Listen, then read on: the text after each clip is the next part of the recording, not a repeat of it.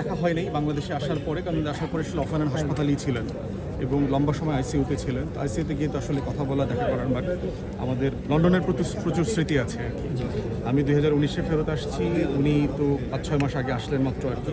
শরীরটা ভালো ছিল না, বাট মাঝে মধ্যে ফোনে কথাবার্তা হতো আর কি, দেশ নিয়ে, রাষ্ট্র নিয়ে, নতুন রাজনীতি নিয়ে।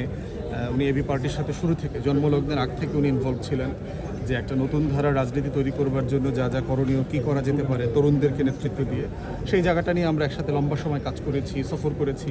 বিভিন্ন দেশের রাজনীতি বুঝবার জন্য আমরা একসাথে বিভিন্ন দেশে গিয়েছি, লন্ডন থেকে আপনার ট্রাভেল করেছি। তো আজকের এবি পার্টির রাজনীতির এই ফাউন্ডেশন তৈরি করবার পিছনে ব্যারিস্টার আব্দুর রাজ্জাকের মানে সিগনিফিক্যান্ট কন্ট্রিবিউশন আছে, এবং সেটা আমরা অত্যন্ত শ্রদ্ধার সাথে, সম্মানের সাথে স্মরণ করছি। আপনি এবি পার্টির কথা বলছিলেন, একজন আইনজীবী পরবর্তীতে রাজনীতিতে জড়িয়ে যাওয়া, এই সম্পূর্ণ বিষয়টাকে কীভাবে দেখা হয় বা আপনার দৃষ্টিভঙ্গিতে কী মনে হচ্ছে? মানে মূল বিষয়টা তো হচ্ছে যে আপনি একজন পেশাজীবীকে তো পেশার জায়গা থেকে ফার্স্ট দেখবেন আর কি, কারণ উনি বোধ করতেন যে উনি আসলে মানে কোর্টরুম অ্যাডভোকেট। ওনার পরিচয়ের ব্যাপারে উনি সবসময় কথাটা বলতেন আর কি।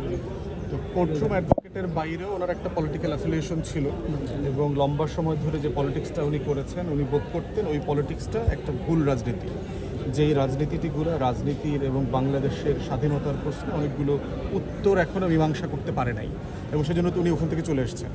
এবং উনি এটাও বোধ করতেন, যেহেতু লম্বা সময় উনি পশ্চিমে ছিলেন, পশ্চিমের রাজনীতি, পশ্চিমের অর্থনীতি, পশ্চিমের যে সমাজ ব্যবস্থা, এটা ওনাকে প্রচণ্ড রকম করে আকৃষ্ট করেছে, এবং ওটা উনি বোধ করতেন যে এই রকম একটা রাষ্ট্র কেন আমরা বাংলাদেশে তৈরি করতে পারছি না, এবং সেটার সংকটটা কোথায়। এবং এই আলোচনাটা আমরা বারবার করেছি, শতবার করেছি, শত মিটিং করেছি আমরা একসাথে। তো সেই জায়গা থেকে আমরা আজকে এবি পার্টি করবার পিছনের যে মিটিংগুলো, সেখানে আমরা আসলে দেশ, রাজনীতি এবং সমাজ, রাষ্ট্রীয় প্রতিষ্ঠান, এই সবগুলো আলোচনা ঘুরে ফিরে এসছে, এবং পুরাতন আমলের রাজনীতির যে ব্যর্থতাগুলো, সেগুলো ওখানে এসছে। তো আব্দুর রাজ্জাককে যদি স্মরণ করতে হয়, তার কোর্টরুম রাজনীতি মানে প্র্যাকটিশনার হিসেবেও ওনার বাইরের একটা অবদানের জায়গা আছে।